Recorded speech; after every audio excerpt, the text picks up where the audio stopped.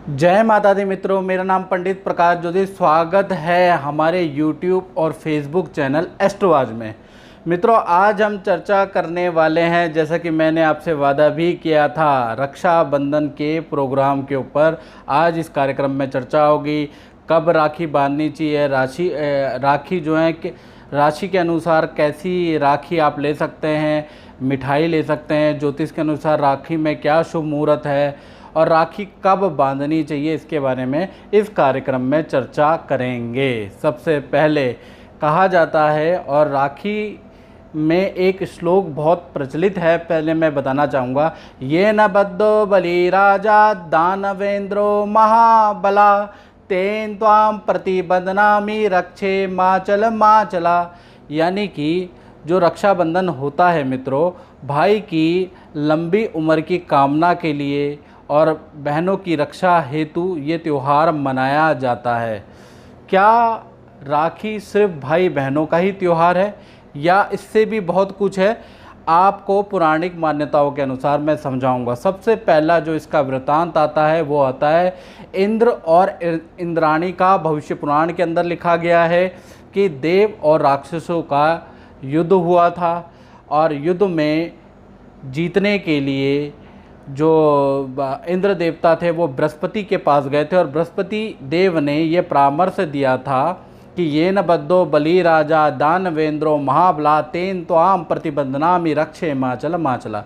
ये मंत्र बोलकर इंद्राणी को इंद्र देवता यानी अपने पति के हाथ में एक रक्षा सूत्र बांधना था, और उसके बाद उनकी विजय हुई। यानी कि रक्षा सूत्र सिर्फ राखी नहीं है, रक्षा सूत्र को हम रक्षा सूत्र कहते हैं।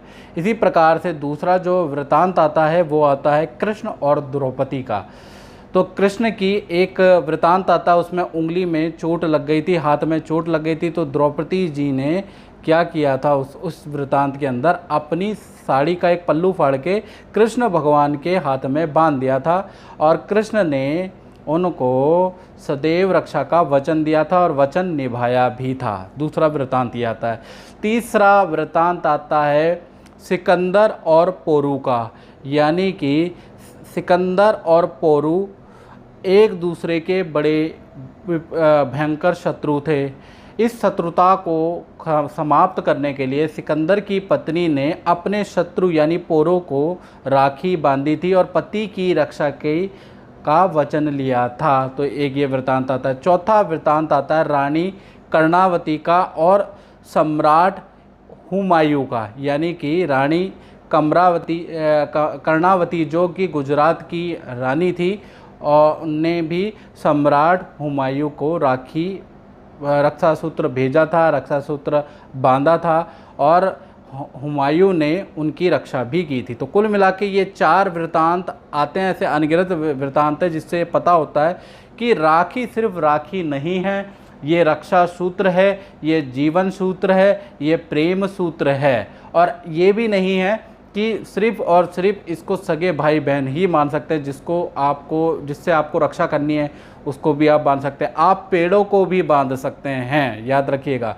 और बहुत सी जगहों पे पेड़ों में को भी राखियाँ बांधी जा सकती है। आप भगवान को भी राखी बांध सकते हैं, या फिर आप जो हैं किसी ऐसे व्यक्ति को भी राखी बांध सकते हैं जिसको आप विजयी देखना चाहते हैं, या किसी से अपनी रक्षा करवाना चाहते हैं, तो भी उनको आप ये रक्षा सूत्र बांध सकते हैं। सिर्फ भाई और बहन का नहीं है, इससे बढ़कर ये रक्षाबंधन यानी रक्षा सूत्र का पर्व है। अब हम टॉपिक पे आ जाते हैं कि इस साल जो रक्षाबंधन है यानी कि 22 अगस्त को जो मनाया जा रहा है, उसमें ज्योतिष के अनुसार दो विशेष शुभ मुहूर्त एक साथ हो रहे हैं। यानी कि धनिष्ठा नक्षत्र और शोभन योग का संयोग जो मिल रहा है वो अति शुभ है रक्षाबंधन के अंदर।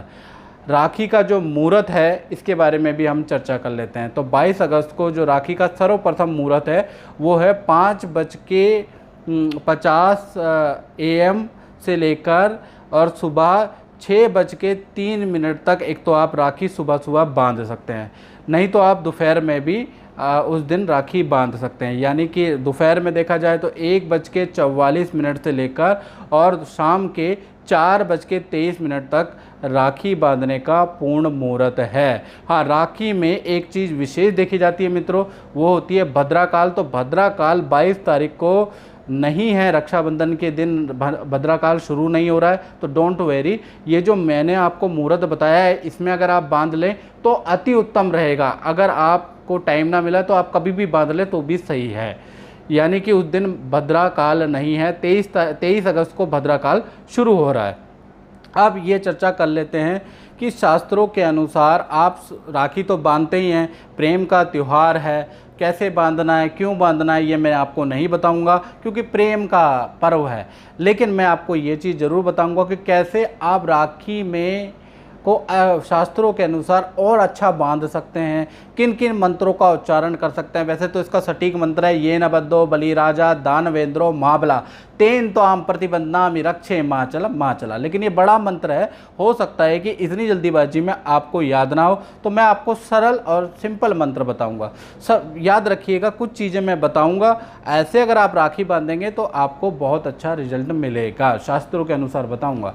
जब भी भाई को अगर आप राखी बांधती हैं बहनें, तो याद रखिएगा कि भाई का जो मुंह है ये पूर्व और उत्तर की ओर होना चाहिए, क्योंकि शास्त्रों के अनुसार पूर्व और उत्तर दिशा सबसे अच्छी होती है। चाहे शास्त्र कह लें, चाहे हवन शास्त्र कह लें, जिसे होम शास्त्र कहते हैं, या वास्तु शास्त्र कह लें, सभी शास्त्रों के अनुसार पूर्व और उत्तर दिशा को पवित्र और अच्छा माना गया है। तो याद रखिएगा कि भाई का मुंह पूर्व और उत्तर की ओर होना चाहिए। दूसरा, जब भी आप थाली के अंदर, थाली तो आप सजाना जानती हैं, उसके अंदर क्या होता है, उसके अंदर कुमकुम, रोली, आप कलावा ले लेती हैं या राखी ले लेती हैं, एक दीपक ले लेती हैं, मिष्ठान रख लेती हैं, उसके अंदर फूल रख लेती हैं, जो भी आपकी स्वेच्छा हो आप रख सकते हैं।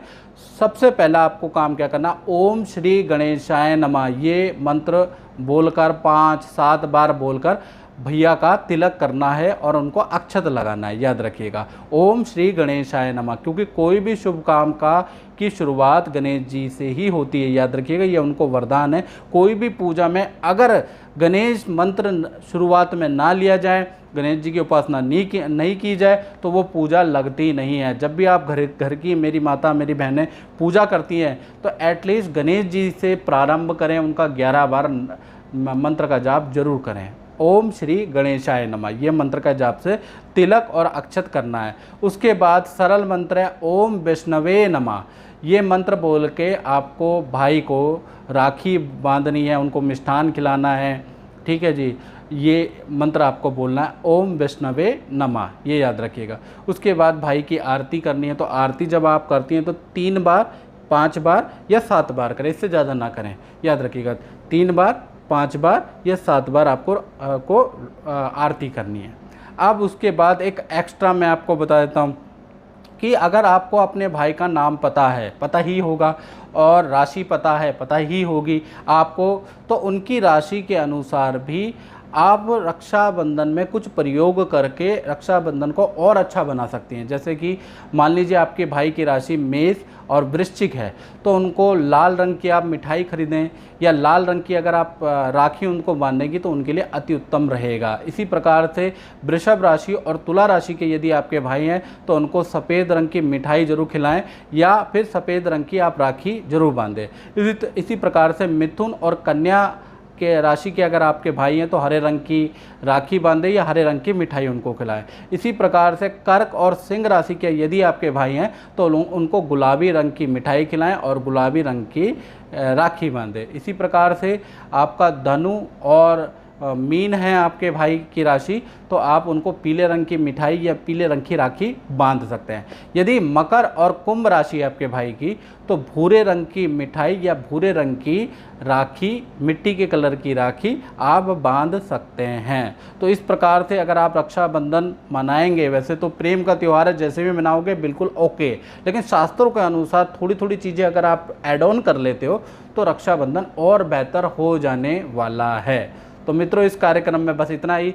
मुझे दीजिए इजाज़त। जय माता दी मित्रों।